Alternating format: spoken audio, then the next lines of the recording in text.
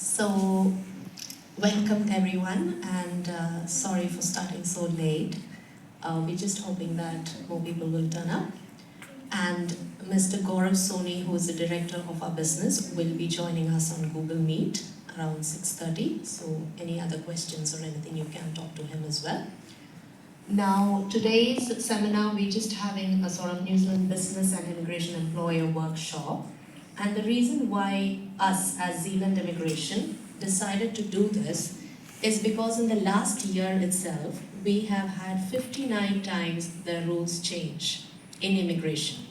Now that is quite a substantial change. So if you look at other aspects of law, so if you look at family law, property law, or any other kind of law, the law itself remains the same. There's hardly any changes to it, But immigration is such a complex landscape that every time the rules keep changing. Sometimes you're eligible to apply for a visa, sometimes you're not eligible, and this just changes the dynamics for employers and employees. And so we thought we'll go across cities. So we've done Auckland, Wellington, Christchurch, and now we are here in Queenstown, just to sort of talk to people, understand what their difficulties are, and so that we can better help people, and guide and assist them. Now, as a company, we started in 2014. It was a husband-wife company. Gaurav and Rajni started this. Just two people, but Gaurav was the main licensed immigration advisor. He used to work long hours, and the business then started growing. Eventually, in 2019, we had a proper office in downtown Christchurch with about 10 plus employees. We then moved to 2021 again. We bought our own property in Central City, and that's where we are currently located. 2022, we got a MARA license. So MARA is like Australian license. So we, Gaurav and me, can advise both on immigration matters of New Zealand and in Australia.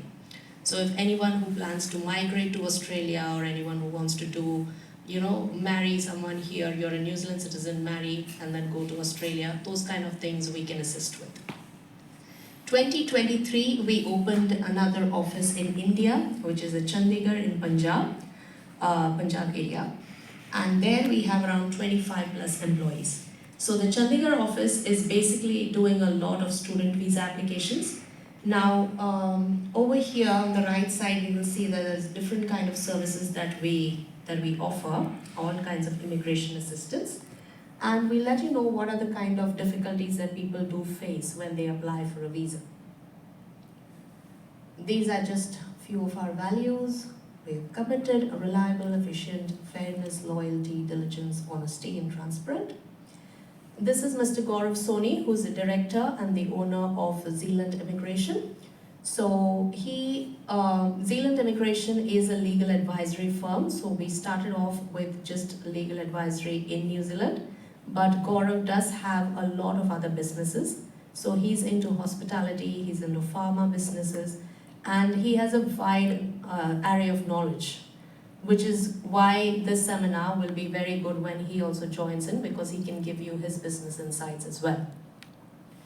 Now, the business partners, Rajni, his wife, and me, we've been in the business for a very long time. It's almost more than a decade now that we've been working for Zealand. So we have learned a lot through this, and we hope to continue, because this is one of our passions, is to just help people and guide them through this entirely complex maze, of immigration. Our licensed immigration advisors, Yana, Kartike, and Cody. So Yana is from Slovakia. She's done a bachelor's of law over there. She's an employment lawyer. And she joined us in 2019. She's one of the leading immigration advisors. And she takes care of a lot of people, employers from Timaru, Geraldton, and those kind of South Canterbury areas, Kartike, he's graduated from University of Waikato, Hamilton, and he intends to start an office in Hamilton. So that's how we are reaching out. So we do intend to start offices up in Auckland, Hamilton, and then come down here to Queenstown, Dunedin, and places.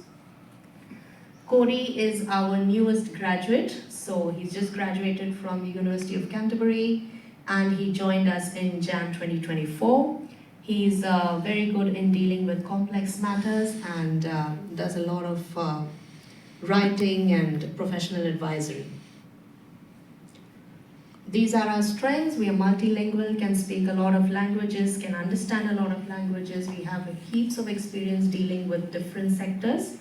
So you can talk to us and decide what is the best role to offer. So as employers, what we do is we have to offer the best position to employees, and as employees, we need to have the best position to apply for residence and things like that, So what happens is when you come to the country, you are coming to the country with an intention of staying back.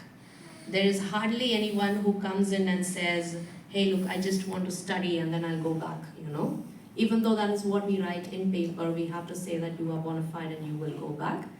The person who is planning and investing money in coming to the country, either for study or work, they do want to have a pathway for residence. And eventually we need to find that pathway because this pathway keeps changing. That's the issue. So it's not one standard thing where we can say, hey, look, today you become the restaurant manager and tomorrow you will get residence. It doesn't work that way because a restaurant manager is skilled today, but in 2 years' time it can be downgraded to a skill level 4 role. And that is where issues start. So a hotel or motel manager is a very good option for someone to get residence. But what is the background of that person? That is something we need to check. A landscaper is a very good experience and you get residence through those positions. But how we get residence, that is more important. And that is where we are here to guide, So this is the best pathway, do this, and that way you can achieve your residence goal. Complex matters, this is something that we are very specialized in and we are very proud of. Complex matters are matters outside of normal visa applications. So there are a lot of things that happen just around those things, The first thing that I would like to pull out is the student visa declines, visitor visa declines. So these are temporary visa applications that we launch, and those applications can get declined for no reason. Or just any application can get declined for reasons that are, simple to us. So a visitor visa, most of the time people say that it gets declined because of bona fide reasons. That is, you are not showing that you will go back to your home country, and that is the main reason why a visitor visa gets declined. A student visa gets declined for similar reasons. It's bona fide and financials. So if you have a person in mind that you're saying, hey, look, I want to bring that person over on a student visa, you need to make sure that the person's background actually matches with what he plans to study and the finances are in place. Okay? So if not, the application will get declined, and that has to be presented to immigration in such a manner that it gets approved in the end, Deportation liability, so anyone who makes a mistake in New Zealand, whether you are on a visa, whether you are a resident or a permanent resident, has a liability to be deported.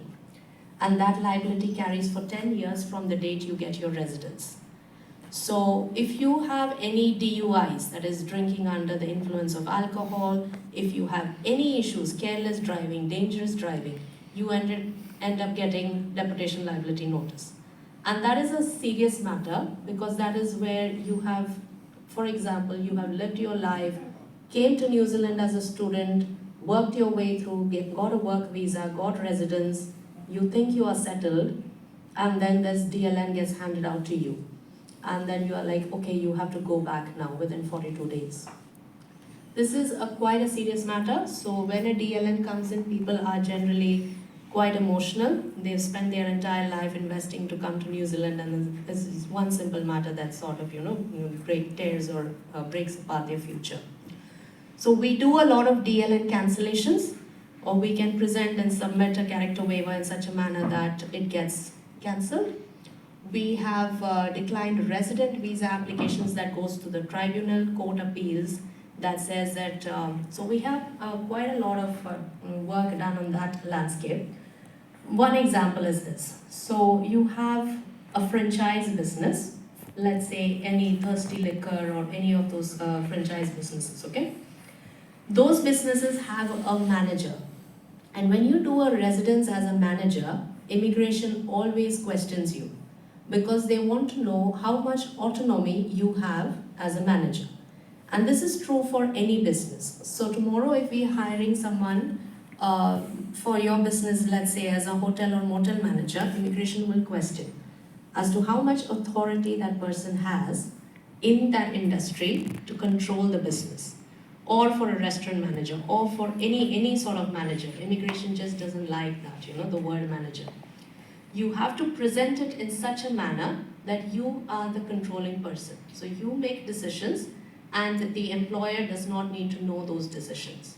So the minute the employer works in the business, there is an issue over there as well. Because if the employer is working in the business, then employer has the control. You have to go back to the employer to ask for things. You can't just make decisions on your own. So that is where the issues raise. And when the issues raise like that, immigration declines the residence applications. And in a franchise business, there is even a worse thing because a franchisor dictates what needs to be done. For example, a Domino's pizza guy, he cannot decide that today I will sell this kind of pizza and tomorrow I will sell a different kind of pizza. He has to stick by the rules what the franchisor says. If there is a pizza menu change, it goes through an extensive process. If there is a marketing change, it goes through an extensive process. So the manager at Domino's hardly has any authority on Domino's itself because it's all decided by the upper franchisor. And the same thing happens with a lot of other businesses.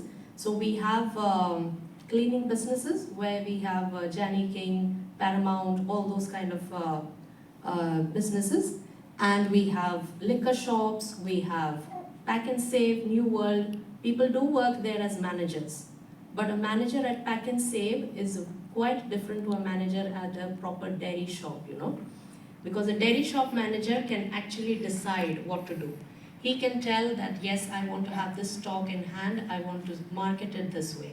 Pack and Save manager cannot do that. He needs to go back to higher management and get information from them. So these kind of residence visa gets declined and we can go back to the tribunal based on circumstances and then fight back. So the tribunal is a higher court and the higher court can come back and say, immigration, you have made a mistake, you need to reassess the application. And this is something we've done quite successfully quite a number of times, especially with liquor shops.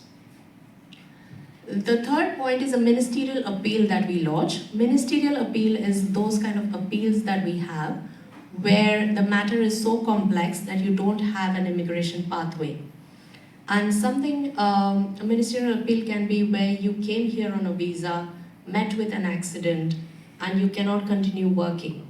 But you have invested a lot of money, you've paid a lot of taxes, you deserve to be in New Zealand because you can't go back to the country that you have been. So in that case, you apply for a ministerial appeal and the appeal can sort of override any other instructions that immigration has. And ministerial appeals are quite successful. So we've got around 3 just last week, which is very great. And similar case with refugee visa applications. Also, as I said, we do a lot of study visas in New Zealand, Canada, Australia, US and UK. That is Indian office that takes care of all those study visas. And for us, we take care of New Zealand and Australian study visas here. These are just the affiliations that we have. And we get to the key topics that we're discussing today, which is employment contracts, business legal aspects, accreditation, and job checks. So employment contracts. Now this is a contract that you give your employees to start with.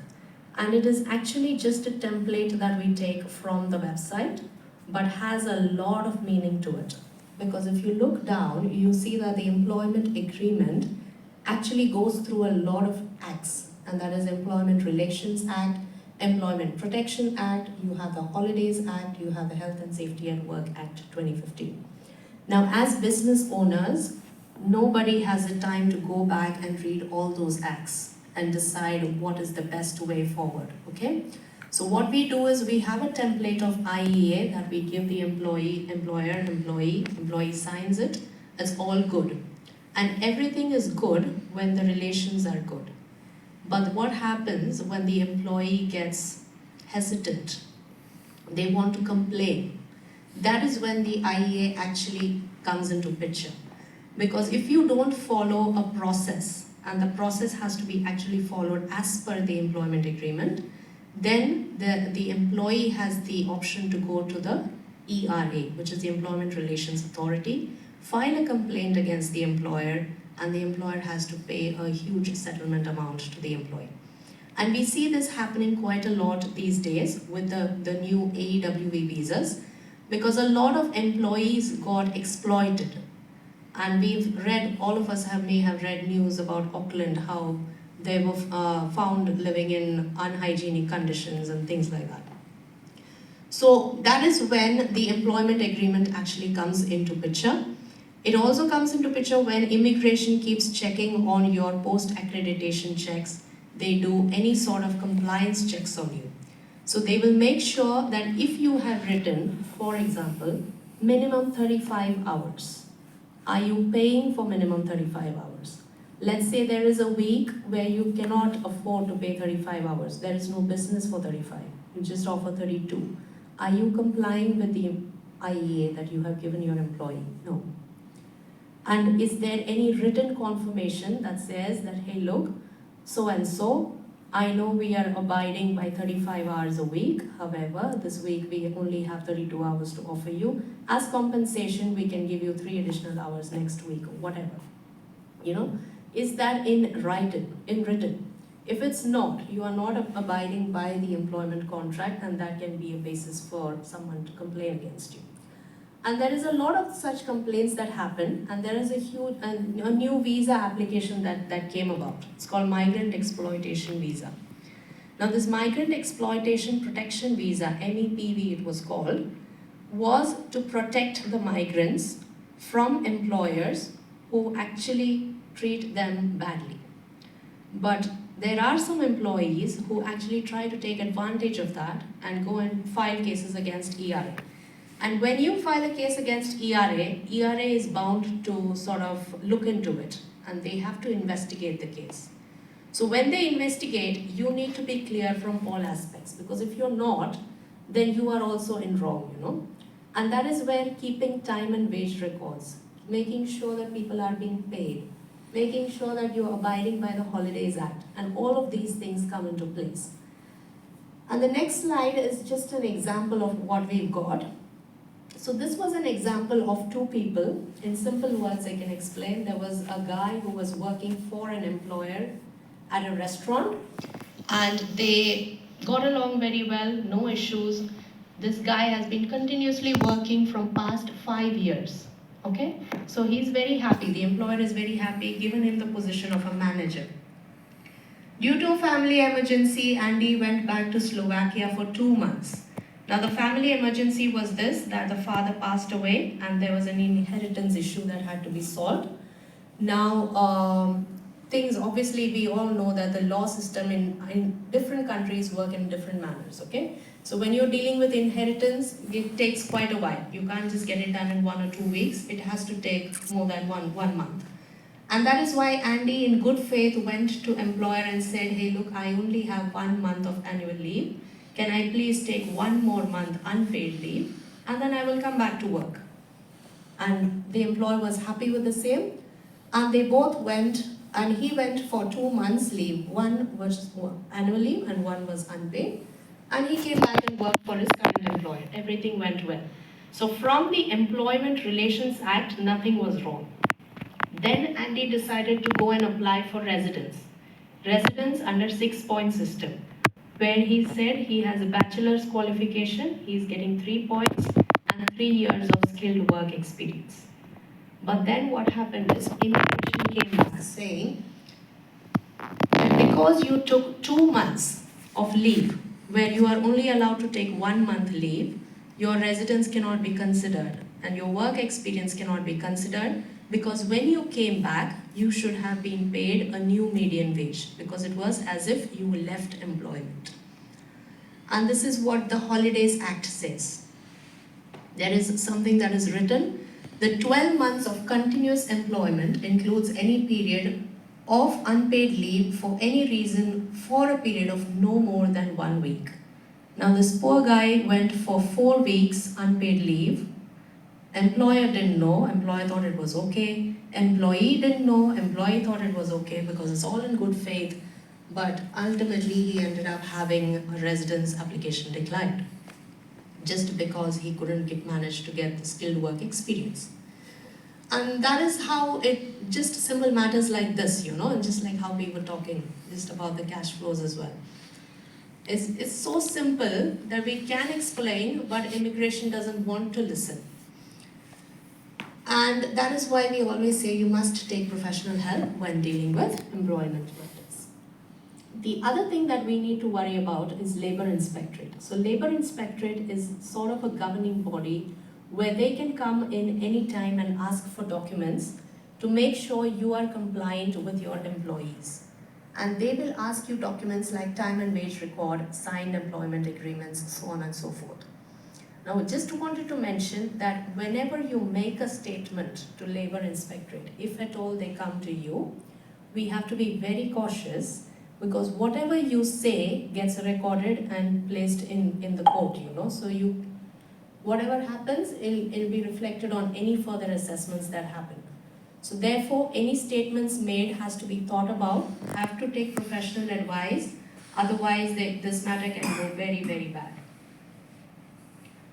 Employment accreditation. There's a question where can new business get accredited? Now for employing a migrant, there is three things that we need to do.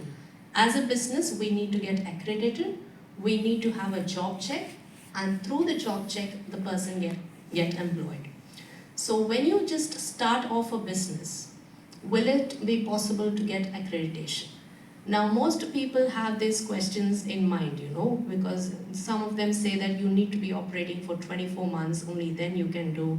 Some people say you need to be operating for 6 months, only then you can do. So it all depends. So there are 4 aspects in an accreditation which immigration checks. You have to meet only one of the 4. So the first point is that you don't make a loss in the last 2 years. So if the business is well operating for 5 years and you have not made a loss in the last 2 years, you can apply for accreditation. The second thing is you are a newly started business, maybe 7 months old, 8 months old, and you have not had a negative cash flow in the last 6 months. So if that is the case, you are still good to go for accreditation. The third aspect is you have sufficient funds in the bank through a trust or any other investment that you can source for the migrant employees that you plan to hire. So let's say that you have started a business where you have enough funds with you that you can pay that employee for 1 year or 2 years or 3 years, even if the business earns $0. In that case, that's good to go, because you are showing the business that on already established business. And that is how generally people with multiple businesses work. And the fourth aspect is where you do a projected cash flow. And this is generally true for courier businesses. We don't have any, but if it's a courier business, you sign a contract for 2 years, you sign a contract for 3 years. Even if it is a business which is on premise, you sign a lease for 4 years. Which means you are going to stay there for 4 years anyhow. You have to run the business for 4 years. And that is an acceptable proof to give to immigration for your accreditation. And if you don't have any of these things, we still recommend you do 2 years projected cash flow. So an accountant can do that, to get a 2 years business projected cash flow, and with that we can get the business accreditation sorted. Once your accreditation is sorted, the next step is the renewal of accreditation once it gets expired. Now at renewal stage, the application form itself is quite simple. It just keeps asking you questions. Have you complied? Have you done this? And it's a yes or no answer. But at the end of it, immigration asks for evidence. And the first piece of evidence that you need to give them is the settlement information that you give migrant employees. So settlement information is just a piece of paper where you outline all the important things for a person to come to New Zealand and start a life from over here. It's because they are new migrants, they don't know anything, so you need to educate them how to get IRD, how to go around, travel, are there public transports, Is there any housing accommodation available? Where are the possible banks? Which bank can you get, your debit cards from? Those kind of things. So simple pastoral care is what settlement information is. And as employers, it is mandatory to give them this. And they need to sign that, saying that, hey, look, I have understood it. So these are informations that we need to give at renewal of accreditation stage. And any time during the accreditation, there is a post-accreditation check that happens. So immigration can randomly send you an email saying that you have been chosen for post-accreditation checks. Can you give me the following? And the following is generally time and wage records. They will ask you for rosters of all the staff that work for you. They will ask you for your financials. They will ask you for evidence of settlement information. So if you have all of this with you, and you are compliant, then there is nothing to worry about, But make sure that these are kept on an ongoing basis. It's not just that today I got my accreditation, so therefore I don't need it for the next 1 or 2 years. You still have to keep it because immigration can come back anytime and ask for it. Then comes the job check stage. Now the job check itself is reliant on factors like ANSCO and market rates. So the most recent change that happened to the work visa was the fact that immigration has removed the median wage. So what used to happen was you needed to pay the median wage, which is $29.66 to hire a migrant. Now they have removed that and they said you can pay market rate. Now there's a huge dilemma on what the market rate is, because a market rate can vary. Person in Auckland can get something else. Person in Queenstown will get something else. A business which is quite majorly established will get a different salary. A person who's just starting out will get a different salary. But there is an average of the industry, and a lot of like Trade Me and Seek and those kind of websites give you those kind of salary guides, which can be used to decide what the market rate is. But immigration, we can foresee that immigration will come back with letters saying that you don't meet the market pay rate, which we will have to reply to those kind of letters, And the second thing is the ANSCO assessment. So ANSCO is quite tricky, simply because, like how I was saying before, a manager can always be demeaned to a retail assistant position. Because ANSCO is on 5 levels. So you have ANSCO skill level 1, 2, 3, 4, 5. Anyone who is working in a skill level 4 and 5 are not considered to be skilled roles. So you have to be working at skill levels 1 to 3 to be eligible for residence. Okay? Now 1 to 3 roles are ANSCO skill level 1 are doctors, nurses and professionals. Skill levels 2 are managers and any other ICT professionals that we have. And skill level 3 are chefs and trades workers, gardeners, landscapers, carpenters and everything. So these are the skilled roles that will help you or your employees to get residence. Now, when you're working as a chef, immigration can come back and say that you are not a chef, you are just a cook.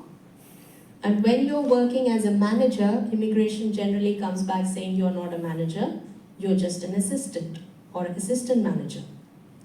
So this is quite common, and that is called ANSCO PPIs. And that's a huge level of court appeals that we need to cite and tell immigration that, hey, look, he has the autonomy, he's doing this. And there is a difference between all that, So in the hospitality sector, if we look, a chef has a different role. So you can be CDP, you can be sous chef, you can be head chef. So you don't necessarily need to be head chef to get residence. You can get residence even as a CDP. And in terms of manager as well, we need to sort of provide evidence as to how the person is managing and doing everything. Now the job description has to include what ANSCO states. So ANSCO itself has a list of jobs, and if you type in your job, they will have a list of what that job should have. And your job description should have that to give it to your employee. Otherwise, the job check gets declined. And last part is the engagement with work and income. So this was something that we used to have, work and income getting MSD report, where you have to engage with the government, Ministry of Social Development, and they will send all the New Zealanders that they can so that you interview them and only if you cannot hire a New Zealander, then you can go ahead and hire a migrant. So this is a process that needs to be followed, and it has to be followed properly, because if not, immigration just declines job checks as well. And finally, in terms of immigration landscape, what are we heading into? So we have a revised SMC instructions that are happening end of this year. That is, as of today, you can only apply for residence under the 6-point system and under green list. So tier 1, tier 2 green list and under the SMC. Whereas immigration is now looking at bringing about a work to residence pathway, hopefully, for people who do not have a bachelor's qualification. Because as of today, what is happening is, unless you don't have a bachelor's, you cannot be eligible to apply for residence under certain positions. A good example is a chef. Because a chef may have 18 or 20 years experience in the home country working as a chef, but they don't have a bachelor's degree. They may have studied diploma or something like that, and then just got into cooking industry. That person cannot get residence as of today, simply because there is no system for it to allow. So he needs to have a bachelor's and then work for 3 years, and then only he can apply for residence. So immigration is looking to relax that, and hopefully that will happen towards the end of this year, which means we can have a lot more people apply for residence. The hospitality sector, I just wanted to touch base, because there is a rule that the cook has been upgraded to skill level 3, but that is only for AWV visas, not for residents. For residents, it's still a skill level 4 position. The cook cannot get residence, cook can only get 5-year work visa. So if you have any staff who is a cook who wants to extend the visa, and you want to make sure the person wants to go for residence, do not do it as a cook, do it as a chef. Because 3 years as a cook, you will be eligible anyway to work as a chef then. The median wage, that is expected to increase to $33.56 towards end of this year again. And the parent visitor visa, which is a work in progress, because they are hopefully bringing a 5-year parent visa. So it's a way to combat the residence numbers that they have, because they do have a lot of residence parent visas as of now.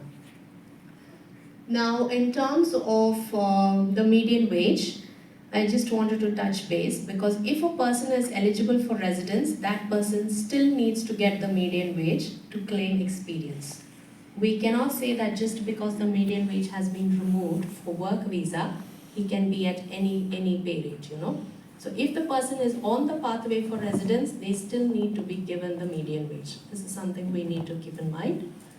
And that brings us to the end of the seminar.